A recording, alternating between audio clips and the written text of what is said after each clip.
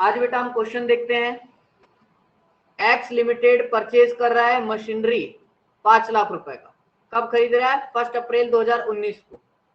On 1 अक्टूबर 2020 उसने एक machinery और खरीदा 2 लाख रुपए का। On 1 July 2021 he x limited ने सोल्ड कर दिया मशीनरी जो कि उसने 1 अप्रैल 2019 में खरीदा था। ये वाला मशीनरी कितने में बेच दिया? 3.5 लाख रुपए में बेच दिया। Prepare general entry and machinery account. Depreciation जो है @ 10% पर एनम है। और किस मेथड से डेप्रीशिएशन? एसएलएम मेथड से। किस मेथड से? एसएलएम मेथड से, स्ट्रेट लाइन मेथड से है। आपको ये देखना है। तो चलो पहले मैं आपको सिखाता हूं बेटा जी जनरल एंट्री कैसे बनाते हैं। प्रॉपर आप फॉर्मेट बना लेना। मैं आपको अभी वैसे समझा रहा हूं बेटा। 1 अप्रैल 2019 को आपने क्या खरीदा? मशीनरी खरीदा बेटा जी। और मशीनरी का बैलेंस क्या होता है? डेबिट, क्योंकि एसेट्स है और एसेट्स बढ़ रहा है तो एसेट्स बढ़ने का बैलेंस क्या होता है बेटा जी? डेबिट। तो आपने मशीनरी खरीदा तो मशीनरी अकाउंट क्या हो जाएगा? डेबिट। कितने का खरीदा बेटा जी? 5 लाख रुपए का खरीदा। और आपके पास से क्या गया? कैश। और कैश जाना क्या होता है बेटा? एसेट्स का कम होना, इसलिए इसको आपने क्या किया? क्रेडिट किया। ये 5 लाख रुपए से हो गया। तो आप क्या दिखाओगे? बीइंग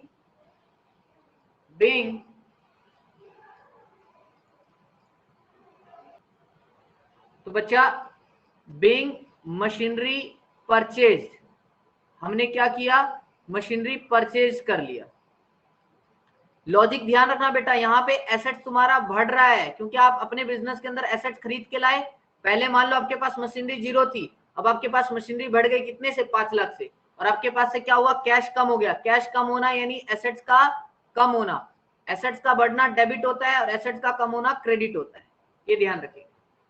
मैंने आपको बेटा पिछले लेक्चर्स में अंदर सिखाया था कि अगर आपने मशीनरी साल की शुरुआत में खरीदा हो चाहे मिड में खरीदो, डेप्रीशिएशन कब लगता है? ईयर एंड में। और ये मान के चलो हम लोग फाइनेंशियल ईयर फॉलो कर रहे हैं तो ईयर एंड कब हुआ? अगर चालू 1 अप्रैल से हुआ तो ईयर एंड खत्म कब होगा बेटा? 31 मार्च 2020 में। 31 मार्च 2020 में। तो 31 मार्च 2020 में आप डेप्रीशिएशन लगाओगे। और मैंने आपको बताया था डेप्रीशिएशन हमारे लिए क्या है? खर्चा है। क्योंकि बेटा जी डेप्रीशिएशन क्या करता है? तुम्हारे खर्चा है, तुम्हारे एसेट्स को रिड्यूस करेगा। तो डेप्रीशिएशन अकाउंट डेबिट करेंगे। क्यों किया डेबिट यहाँ पे? क्योंकि एक्सपेंसेस है, ये बढ़ रहा है एक्सपेंसेस, इसलिए आपको डेबिट करना है। एक्सपेंसेस बढ़ने का बैलेंस डेबिट होता है बेटा जी। और ये जो एसेट डेप्रीशिएशन लग रहा है ना बेटा, किस पे लगता है? ये फिक्स एसेट्स पे, यानी ये जो तुम्हारी मशीनरी है इस पे लगेगा बेटा।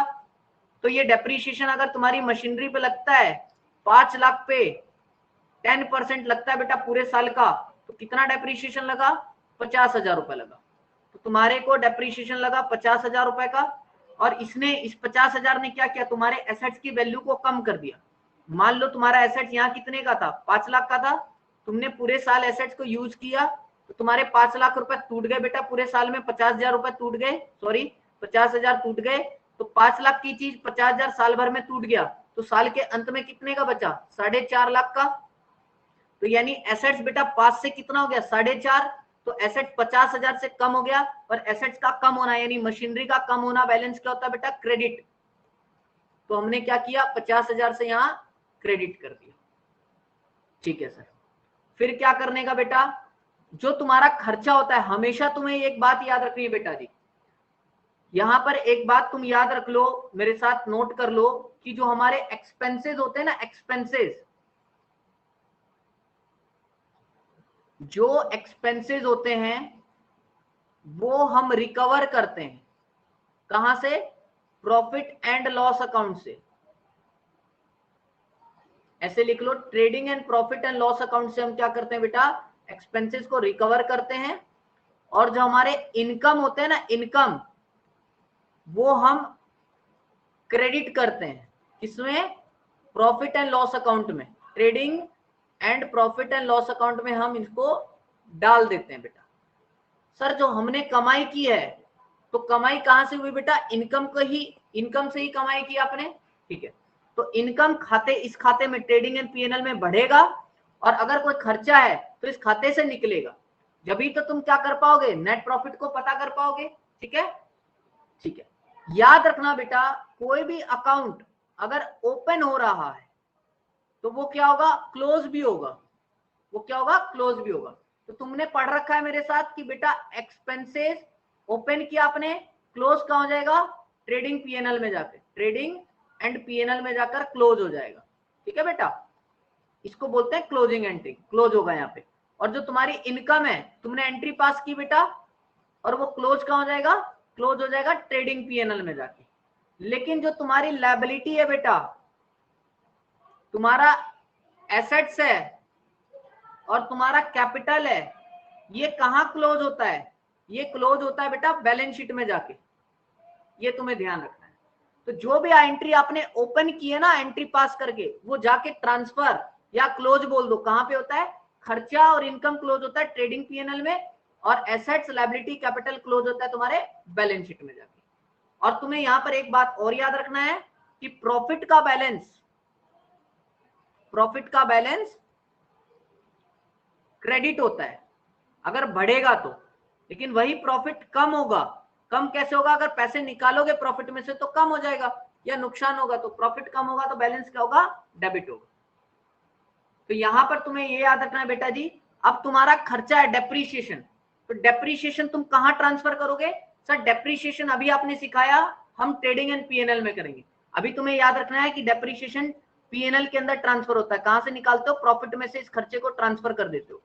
बेटा अगर इस डेबिट, ये खर्चा डेबिट है तुम्हारा अभी, तो तुम इसको कहां ट्रांसफर करोगे, पीएनएल में, तो ये खर्चा डेबिट से क्या हो जाएगा, क्रेडिट हो जाएगा, क्योंकि खर्चा आपने खत्म कर दिया, ट्रांसफर कर दिया बेटा, तो ये खर्चा क्या हो जाएगा, क्रेडिट हो जाएगा। कितने का खर्चा था सर, 50,000 रुपए का। दूसरी बात आपको ये सोचनी है कि खर्चा बेटा रिकवर कहां से किया, प्रॉफिट एंड लॉस अकाउंट से। मान लो आपके प्रॉफिट के खाते में बेटा 5 लाख रुपए पड़ा है, अब उस प्रॉफिट में से 50,000 निकाल लोगे तो प्रॉफिट में बचा कितना, 4.5 लाख, तो प्रॉफिट कम हो गया ना 50,000 से। और अभी मैंने बताया था कि प्रॉफिट का बैलेंस क्या होता है, क्रेडिट। प्रॉफिट में से निकाल लोगे तो प्रॉफिट का बैलेंस क्या हो जाएगा, डेबिट। तो प्रॉफिट का बैलेंस कितने से डेबिट हो गया, वो आप यहाँ लिखोगे, profit and loss account debit. कितने से डेबिट हो गया, 50,000 से। इसका नरेशन लिखोगे, being depreciation charge at the rate 10%। और यहां क्या लिखोगे, बीइंग डेप्रिसिएशन रिटर्न ऑफ लिख सकते हो बेटा, या ट्रांसफर टू पीएनएल अकाउंट, जो मर्जी वो लिख लो। तो ये 3 एंट्री पहले साल आपका, ये पहला साल खत्म हो गया बेटा। आई होप पहले साल में आपको कोई दिक्कत नहीं हुई होगी। देखो मशीनरी खरीदी थी आपने 5 लाख रुपए की 1 अप्रैल को, ये एंट्री दिखाने का। फिर बेटा साल के अंत में क्या लगेगा, डेप्रीशिएशन लगेगा, और डेप्रीशिएशन लगने के बाद उस खर्चे को आप कहां ट्रांसफर करोगे, पीएनएल अकाउंट में। खर्चे को कहां ट्रांसफर करोगे, पीएनएल अकाउंट। हर खर्चे को, डेप्रीशिएशन की बात नहीं बेटा, जो भी तुम्हारा खर्चा है ना बिजनेस का, जो भी एक्सपेंसेस है, वो तुम्हें याद रखना है ट्रेडिंग एंड पीएनएल में जाता है। कौन सा ट्रेडिंग में जाता है, कौन सा पीएनएल में जाता है, ये हम फाइनल अकाउंट के अंदर डिस्कस कर लेंगे। ठीक है बेटा जी, तो ये फर्स्ट ईयर तुम्हें अच्छी तरह से समझ आना चाहिए। देखो 1 अप्रैल से लेकर चालू किया मैंने 2019 तक, और इसकी एंडिंग कहां करी, 31 मार्च 2020 में। अब तुम्हारा यहाँ पे सेकेंड ईयर चालू हो जाएगा बेटा। तो देखो सेकेंड ईयर के अंदर तुम सबसे पहले क्या करोगे, मशीनरी को ब्रॉट डाउन करोगे। साल की शुरुआत में मशीनरी कितने की बेटा, 5 लाख की। साल के अंत में कितना टूट गया, 50,000 टूट गया बेटा।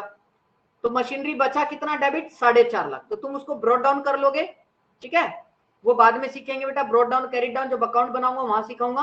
अब हमारी शुरुआत होती है बेटा सेकेंड ईयर में।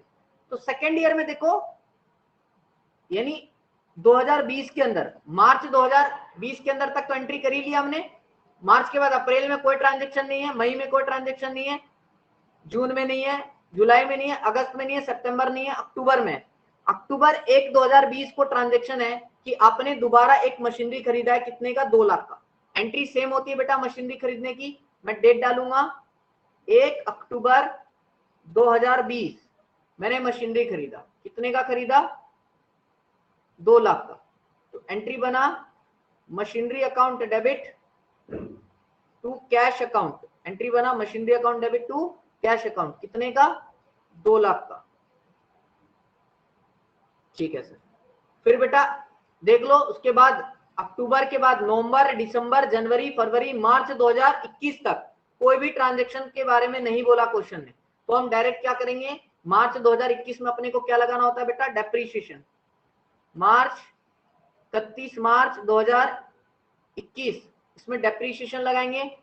और डेप्रीशिएशन की एंट्री आपको पता है बेटा जी, डेप्रीशिएशन अकाउंट डेबिट, और वो क्या करेगा, मशीनरी को रिड्यूस करेगा। देखो बेटा, दूसरे साल के अंत में अगर मैं बात करूं आपसे, मैं आपको अलग से समझाता हूं, एक मिनट रुकेंगे।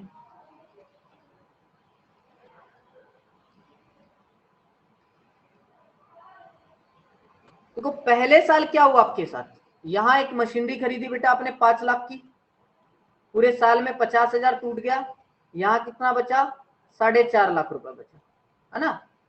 दूसरे साल की शुरुआत में बेटा ये वाली मशीनरी यहां ट्रांसफर हो गई, अगले साल की पहले तारीख को बेटा यहाँ पे ब्रॉड डाउन हो गया, तुम्हारे पास 4.5 लाख की मशीनरी बची हुई है, ठीक है।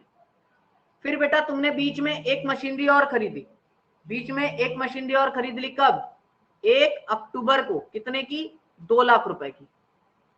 अब बेटा जी डेप्रीशिएशन लगाओगे कब तुम, 31 मार्च 2021 में, ये था तुम्हारा 31 मार्च 2020, और ये था 1 अप्रैल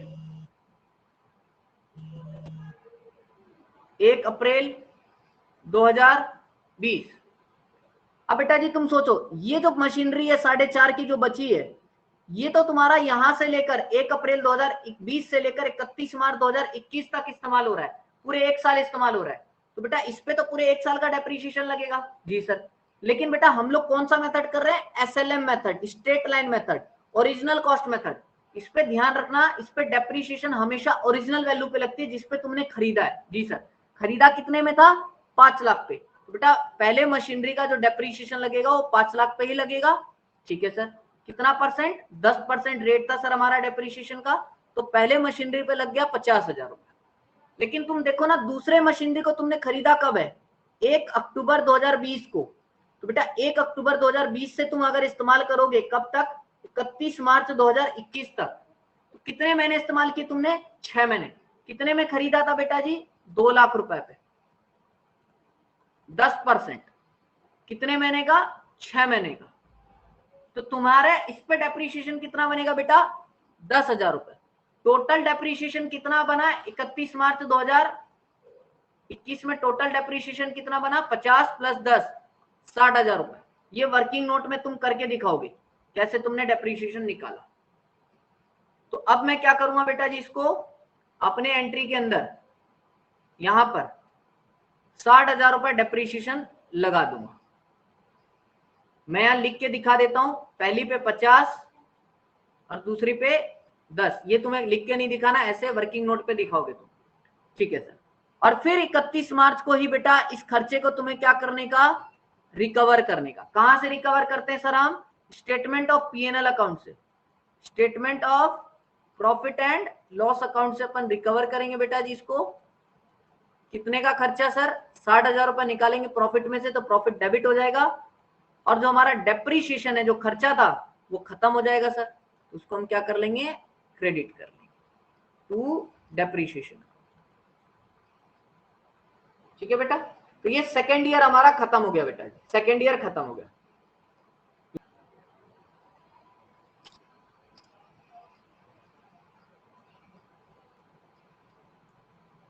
तो हमने सेकेंड ईयर भी खत्म किया बेटा जी।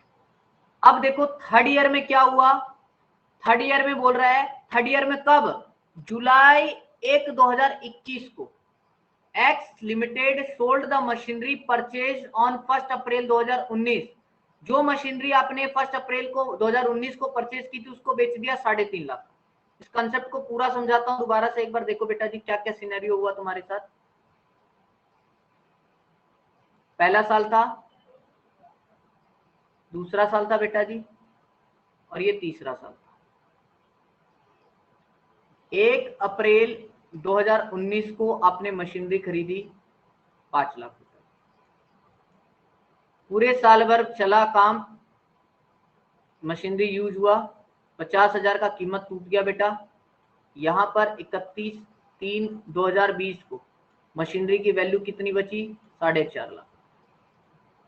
फिर यहाँ पर 1 अप्रैल 2020 में मशीनरी ट्रांसफर होके आ गया बेटा, यहाँ पर कैरी डाउन हुआ, यहाँ पे ब्रॉड डाउन हो गया, ट्रांसफर होके आ गया जी सर।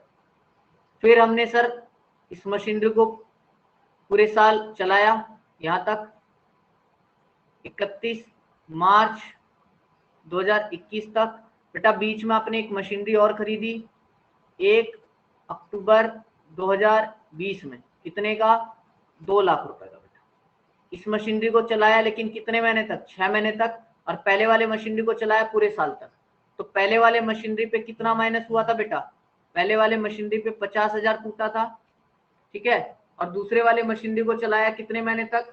6 महीने तक, ठीक है। दूसरे वाले को चलाया 6 महीने तक, तो दूसरे वाले पे कितना टूटा? दूसरे वाले पे टूटा बेटा 10,000 रुपए, और पहले वाले पे टूटा 50,000 रुपए।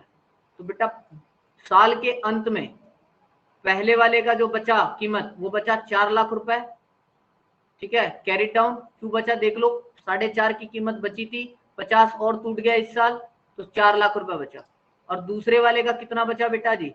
दूसरे वाले का आपने 2 लाख में खरीदा था बेटा, 6 महीने इस्तेमाल हुआ, 10,000 रुपए टूट गए, 1,90,000 रुपए बचा। कितना बचा? 1,90,000 रुपए जी सर। यहाँ तक का स्टोरी हमने समझ लिया था।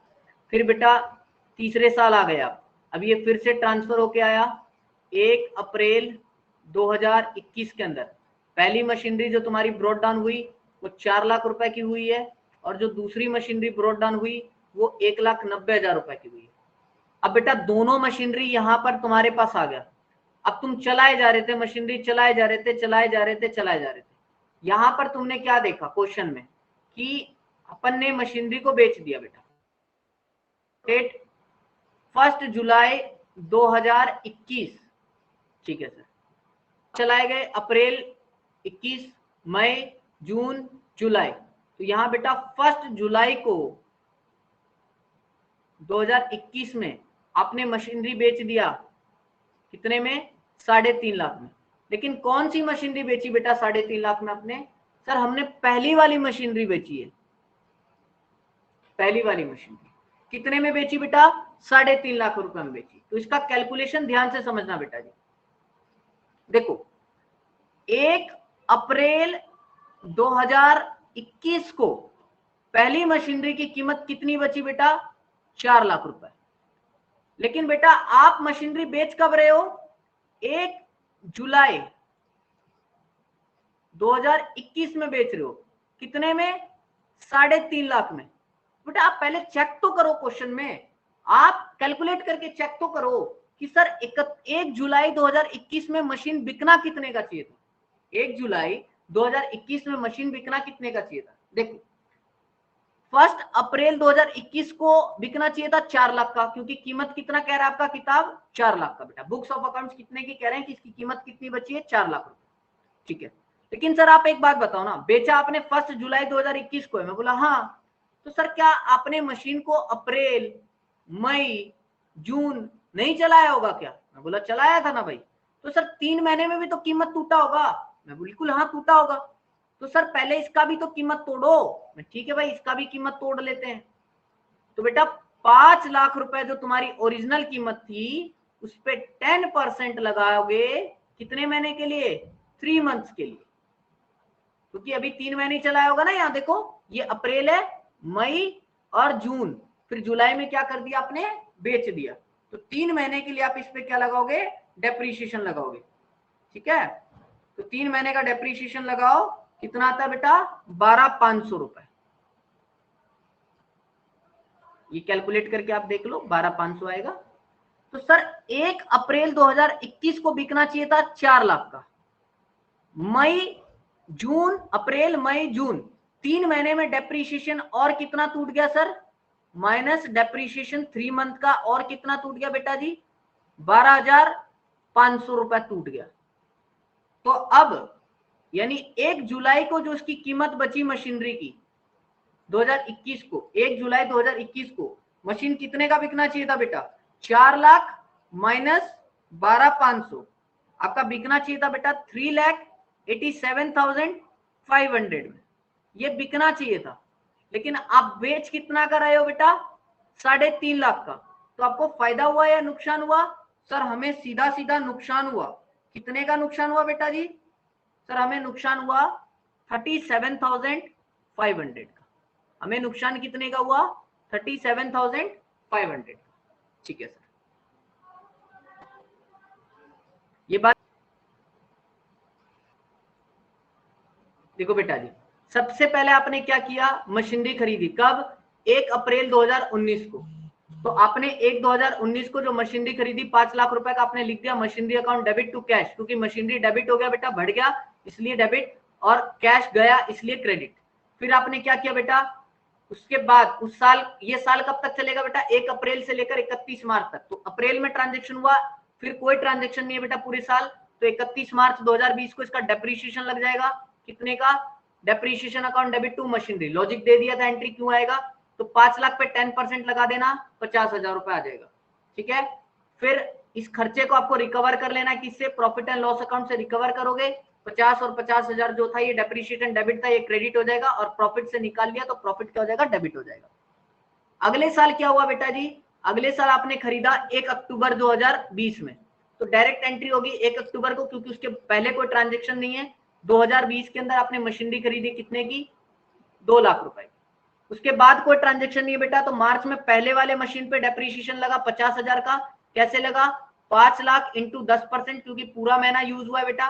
और दूसरे वाले पे 2 लाख पे 10% सिर्फ कितने मंथ का लगेगा? 6 मंथ का, क्योंकि 6 महीने यूज हुआ है, अक्टूबर को खरीदा था, तो 10,000 रुपए लगेगा। ये दोनों खर्चे को आपको क्या करने का? स्टेटमेंट ऑफ पीएनएल से रिकवर कर लेने का। तो 60,000 रुपए आपके रिकवर हो गई। थर्ड ईयर के अंदर क्या हुआ बेटा? आपने 1 जुलाई 2021 को मशीनरी बेच दी। कौन सी बेची? जो पहली आपने मशीनरी खरीदी थी वो वाली आपने बेच दी।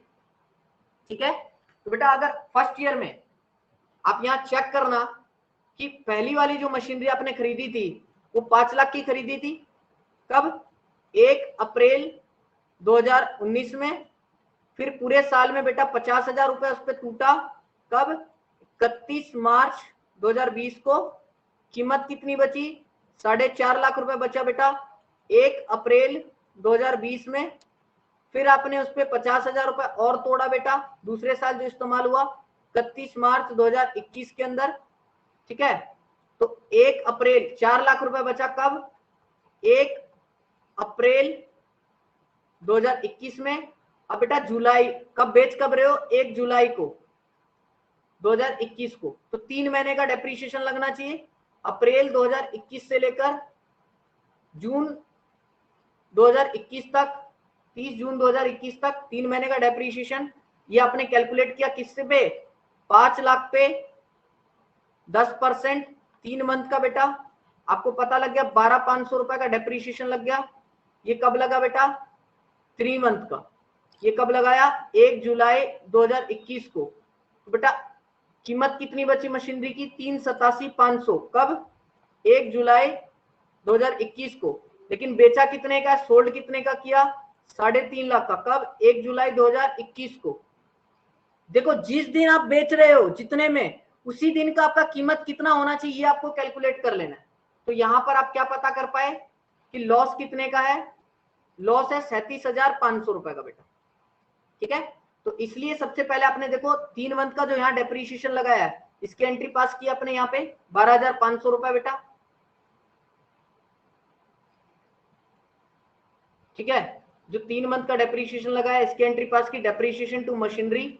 ठीक है सर, और फिर जुलाई को आपने बेचा ही है तो पैसे आएंगे बैंक अकाउंट डेबिट। अब देखो जुलाई 1 को, 1 जुलाई को बेटा मशीनरी की कीमत कितनी बोल रही है बुक्स में?